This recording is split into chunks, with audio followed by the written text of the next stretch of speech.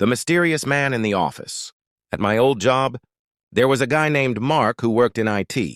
Mark was the definition of unremarkable, quiet, polite, always at his desk. He never joined office small talk, never came to happy hours, and barely even made eye contact. If you sent in a tech request, he'd fix it quickly and efficiently, but he never lingered. No one knew much about him, and honestly, no one really tried. One Friday afternoon, the office was buzzing about the big charity 5K our company was hosting that weekend. A bunch of us had signed up, mostly for the free t-shirt and post-run beer. As we were packing up, someone jokingly asked Mark if he was running, assuming he'd brush it off like he always did. Instead, he just nodded and said, "Yeah, I'll be there."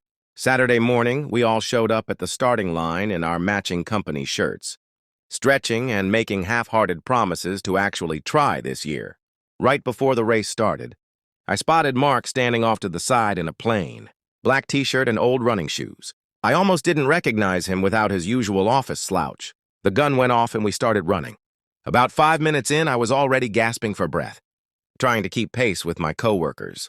That's when I saw something out of the corner of my eye. Mark, flying past us like a damn ghost. He wasn't just fast, he was insanely fast. His strides were effortless, his breathing steady. One by one, he overtook every runner in our group. Then the more serious runners ahead of us, and then, eventually, everyone. By the time the rest of us stumbled across the finish line, Mark was already standing there, casually sipping a bottle of water like he hadn't just demolished the entire field. Turns out, Mark was a former collegiate track star who once competed at the national level. He had quietly retired from competitive running years ago, never mentioning it to anyone at work. No one had any idea. Monday morning, Mark was back at his desk, fixing printers and resetting passwords like nothing had happened. Nobody even knew how to bring it up. Eventually, someone just muttered, "Nice race, man," and he gave a little nod before going back to work. To this day, I still think about how Mark went from that quiet IT guy to absolute legend in a single afternoon.